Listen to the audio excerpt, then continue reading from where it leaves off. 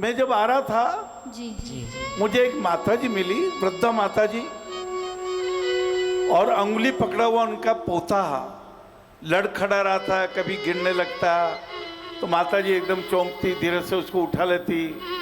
गोद में तो लेना मुश्किल था, माता जी खुद ही लड़खड़ा रही थी। मैंने डॉक्टर साहब को कहा, डॉक्टर साहब ये बड़ी आशा से आई है माता जी। उन्होंने कहा कि भाई साहब ये बच्चा ठीक हो जाएगा, ये जन्मजात दिव्यांगता है, इसका 9 महीने माता के गर्भ में मस्तिष्क का पूरा विकास नहीं हुआ, हमारी बुद्धि का विकास अभी भी कहाँ हुआ है, हम कितना जानते हैं। कहते हम तो बड़े बुद्धिमान है जी। कौन से बुद्धिमान है जी?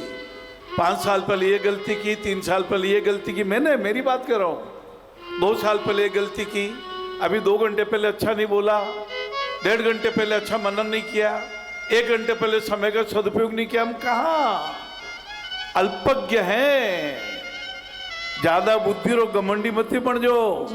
हाँ, बहुत सारे चने पड़े थे और एक चना पड़ गयो पानी में, कड़ी में पड़ गयो, बोलो पानी में पड़ गयो तो फूलियो, चनो फूलियो तो और हुका चना हो मारा पानी में आई जाओ तो थाई फूली जाओ, मारा जिसो बड़ा बह जाओ। एक हुक्को चने बोलियो, भाई साहब मने दुख है आप पर दुर्भाग्य पे, अभी आप फूलो हो तो सड़ोगा, अब आप सड़वा लगी जाओगा। किसान हम सूखे चने को बोएगा, एक के 100 पैदा करेंगे, लेकिन आप सड़ने लग जाओगे, अपना सड़नो नहीं। अनुसुईया जी माता जी ने जब मालूम पड़ियो जी कि मारा पोतारो काम भेजाए ठीक जगह आई गयू, मैं मारो कोई खर्चो भी नहीं लागेगा, रोटी पानी की अच्छी व्यवस्था है, सोवारे लिए बिस्तर मिलेगा, भोजन लिए थाली कटोरी गिलास सब मिलेगा, सुबह पोया मिलेगा, 2 टाइम चाय भी वेगा, भोजन के साथ चावल भी आवेगा, रोटी के साथ सब्जी भी आवेगा, फुल्का भी गर्म आवेगा। फुल्का चुपड़ा जका आई तो वना ने तसल्ली हुई, वो कुर्सी पे बैठन वना ने बिठायो तो मने अनुसुईया माता याद आएगी, जिनके पास सीता माता जी बैठी थी किसी जमाने में। दान तो देना ही चाहिए, की के पास कम वे माना इंदौर में माँ एक बार एक शेठ साहब मैंने क्यों कि आपने मैं 3,61,000 रुपया देना चाहूँ, आप 100 बच्चा रो ऑपरेशन मारी तरफ करे दीजिए, मारे पुण्य वेगा। भी चेक काटी रहा था, वंदाने भी मुनीम जी आया, एक पड़ोस की दुकान में मुनीम जी आया, धीरे से कान में पूछो आप छोटो दान ले कैसा, मुख्य मार तो 1 मुट्ठी आटो चालू की दो भैया, घर घर मुट्ठी आटा मांगा, हृदय बड़ा घनघोर हुआ, आनंद की जो लहरें उठी और नारायण सेवा का छोर हुआ, सब में परमात्मा के दर्शन करते हैं। हमने तो 1-1 मुट्ठी आटा भी मांगा है, तो उन्होंने धीरे से निकाल के 21,000 रुपया मेरे हाथ में रख दिए। बाबूजी मारी तरफ 5 बच्चा रो ऑपरेशन कराई दीजिए आप। भी तो चले गया मुनीम जी, शेठ जी मैंने क्यों मारा 3,61,000 रुपया कमजोर है, ये 21,000 रुपया भारी है, मैं समझो नहीं। मुख्य शेठ साहब मैंने समझाओ, कहते हैं इनको जितनी तनख्वाह मिलती है उसका 10% हर महीने ये दान करते ही करते हैं।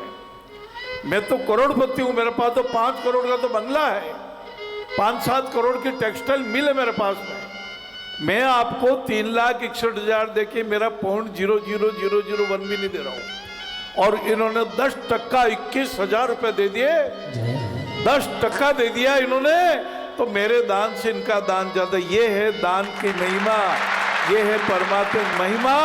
और अनुसुईया जी माता पे एक कथा स्मरण आएगी मने, बहुत जानने लायक है, बहुत मानने लायक है। एक बार कुछ ऐसा हुआ, एक परिवार की बहुत अच्छी नारी को बिना किसी गलती के, उसके पति की गलती भी नहीं थी, पर जैसे आपने देखा दुर्वासा ऋषि हुए, बहुत क्रोधित हो जाते थे, कभी अम्बरीश के लिए कृत्य उत्पन्न कर दी, कभी ऐसे समय युधिष्ठिर के पास गए, जानते थे जंगल में है, ये अज्ञातवास कर रहे हैं, फिर भी 500 ब्राह्मणों के साथ चले गए कि हम भोजन करने आएंगे तुम्हारे यहाँ, भोजन तैयार रखना है प्रभु। वो तो प्रभु कृष्ण भगवान ने अक्षय पात्र का एक पालक का पत्ता झीम लिया और वो तृप्त हो गए और वो बिना भोजन के चले गए, नहीं तो साफ दे देते।